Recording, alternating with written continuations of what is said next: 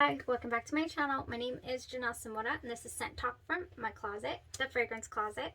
On this channel we go over all things fragrance. We cover niche perfume houses. We go into layering combos. We talk about dupes and clones of original fragrances, highlight indie perfume brands, all things fragrance. If that's something you're interested in, go ahead and continue watching. Consider hitting that subscription button and the bell so you'll be notified to new videos so you never know which fragrance house or perfume topic we are going to cover next.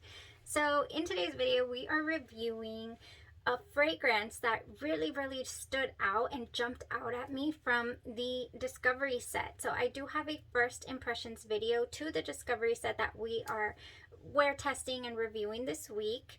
And so La Stanza delle Bambole. La Stanza delle Bambole translates to the doll room. So every single one of these scents has a backstory to them, you know, how they were dreamt up and all that. This fragrance was released in the year 2020 and it is considered an amber floral fragrance. So on the site it says a flowery perfume, falsely innocent, softly sensual, bursting like a whispered scream. And that is from the perfumer himself, Antonio Alessandria. So this particular fragrance collection, the past couple of scents that we have reviewed have been from their other line. What line was that? I just have to tell you guys. From the Fragranza Suprema collection.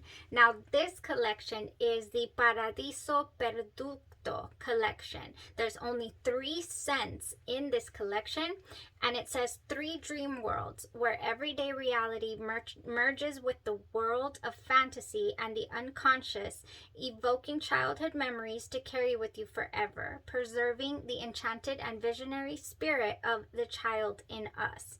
So that is the little backstory to these 3 fragrances in this line. It is Castelli di Savia, which is actually a little spicy, I believe, an amber spicy fragrance. And then we have Giardino delle Delizie, but we don't have that to wear test, unfortunately. And then, of course, we have the La Stanza delle Bambole. So this is a 2020 release. Like I said, this is the doll's room. The notes in here, we have top notes of milk and bergamot, mandarin and orange, or mandarin orange, mid notes of powdery notes, ylang-ylang, orange blossom, and hawthorn, and base notes of sandalwood, vanilla, tonka bean, and musk. So right off the bat, I was like, okay, these powdery notes, are they going to take over the fragrance like they did in yesterday's wear? It really doesn't. I get such a smooth, sweet scent when I first sprayed. Oh, I still have it, by the way. This is a really strong fragrance. I didn't get to read if it was an extrait de parfum or not. No, I believe it's an eau de parfum. It doesn't say here, but man, was it ever strong. Like, it's, for being such a soft fragrance and feminine, it is strong. But the opening here, you guys, this is, ooh, this is so good. It comes out at you, just screams luxury, just screams, oh, I really like this. And I actually really, I'm picturing anytime, any weather, of course, but I'm actually picturing a nice 60 something degree weather. Oh man, so good. I get a really smooth, sweet smell. I also get an animalic undertone, and this animalic undertone that I get in this almost makes it feel like leather. I was like, is there leather in this fragrance? Is there suede? Something of that nature in here. I really thought it was present, but it's not. There's nothing in here other than the hawthorn. When I looked up what hawthorn is, now that flower will give off an animalic tone. Yes, it definitely gives this just some oomph, you know, just some, it completely reminds me of Xerjoff La Capitale. Without the strawberry note, it reminds me of Xerjoff La Capitale. Xerjoff La Capitale has in it some labdanum. It has in it some, what is it? Some leathery note. This Not as strong, so a little more subdued, but really, really nice. And it just completely reminds me of a Xerjoff creation. So I'm needless to say, I'm very much in love with this scent. Oh my goodness. Okay, so also, the powdery does come in. It does not overtake the fragrance. It's really well balanced. And I feel like what the powder does in here is just really remind you of dolls. Those plasticky dolls smell like a doll head. It reminds you of it. They completely capture that essence. Oh, they really, really did.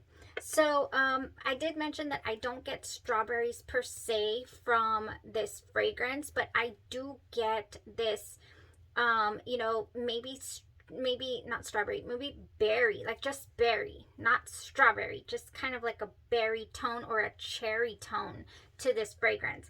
And that, as it starts to dry down, I get that coming out. So I'm just like, oh, just, you know, it just keeps giving. It gave when I immediately sprayed it. It gives in the mid with this sexy animalic undertone. And then it continues to give in the dry down. And I have to attribute that to this tonka bean. It has to be the tonka bean because it reminds me of the smell and the pure love that I have for tonka bean tea cakes by the House of Gloy. I love the vanilla, the cherry feel that I get from this scent, and there's no, oh man, I love this scent. So naturally, this is what I did today. So this is the dry down. So I'm telling you, this is way less powdery than Cafe Chantant. This is a really, really just beautiful powder. It's barely even there. It's just like a hey, I'm here, and then I'm not. Like I'm just here to quickly remind you that this fragrance was based on a doll's room. You know. So for today, I was like, oh, I want to wear it, of course, all by itself. But so in other words, I don't want to lotion up. I don't want to. I want to wear an unscented lotion, which is what I did. So I went in here with my Ather by House of Gloy. This is an unscented body emulsion lotion, and I love their formula, so I decided to get this in unscented. So their Ather scent here is their unscented lotion. I went ahead with my hair oil. You can apply this to your ashy elbows. So that's exactly what I did today. I applied tonka bean tea cakes hair oil to my elbows and just kind of rubbed it in a little bit. Like I said, didn't want it to overtake. I just wanted to accentuate, you know, a little bit.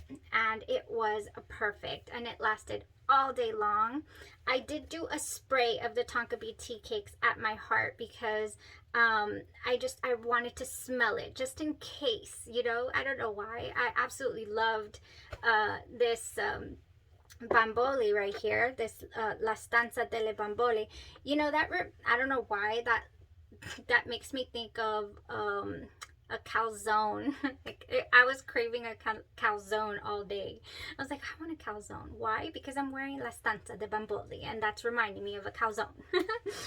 Completely off, like completely. Anyways, you guys, I absolutely love this fragrance. And leave it, you know, I was like, man, where is the 15 ml so I could bring this beauty into the collection? This is gonna have to be reserved for, you know, a Christmas present, or I'm gonna have to save up my coins real nice, you know, or have no other outstanding anything, because this beauty comes in at $195 for the 75 ml bottle. And I could not find it anywhere for any less. So right along here, like with Xerjoff's La Capitale, that one is so expensive that I've not been able to right now. I read the reviews and I was like, okay, well, what else can give us this feel? Supposedly, Les Notes Gourmands Reminiscence Draghi. I have had this in the collection for a while because I was just very attracted to the bottle, and it is really affordable. And it's actually, there's two others. There is a pink one and a green one. The green one is supposed to have like some almond notes or pistachio, I believe, and the pink one is supposed to be, a lot of people say it's actually really, really cloying. But anyway, it's supposed to smell a little like Love Don't Be Shy. I don't know, I haven't got my nose on the other two. I just purchased this, and I never really could jive with it. Let me tell you why. This one is a little more powdery, definitely more powdery, and it's got like a tiny sharp feel at the way beginning. But you know, now that I have experienced this, maybe I'll play around with this and see what I can mix it with. Maybe I can mix it with La Capital from Andromeda's Moon that I have, and it'll give me this feel. Nothing is going to give me exactly this wonderful, beautiful fragrance, but you know, here we go again with another journey, like my Memo Sintra journey. One time I was like, I love this, but I can't afford it, and eventually saved up the coins and, you know, able to get my Sintra. This is going to be one of those. Yes, I loved it, you guys. This is full bottle worthy, hands down. This doesn't touch it. I'm sorry. Les Notes Gourmands. It's good though, but this is really, really, it smells to me very artificial strawberry, and this does not. This La Stanza delle Bambole, no, this is beautiful. This is so nice. So I did read a lot of reviews that mentioned that this was not an easy wear, not an easy reach, that it was very complex, and it was just you know, just not what you were gonna expect to get out of the fragrance. But I find it very easy to wear. I find it beautiful. Yeah, so highly recommend sampling this one. Okay, thank you guys so much for tuning into this review. I do have a couple more. I'm excited to do a couple of wear tests reviews on, and side-by-side comparison for this house. So thank you guys so much for tuning in to the review. You have yourself a blessed rest of your day or night, and you stay safe. Thanks. Bye-bye.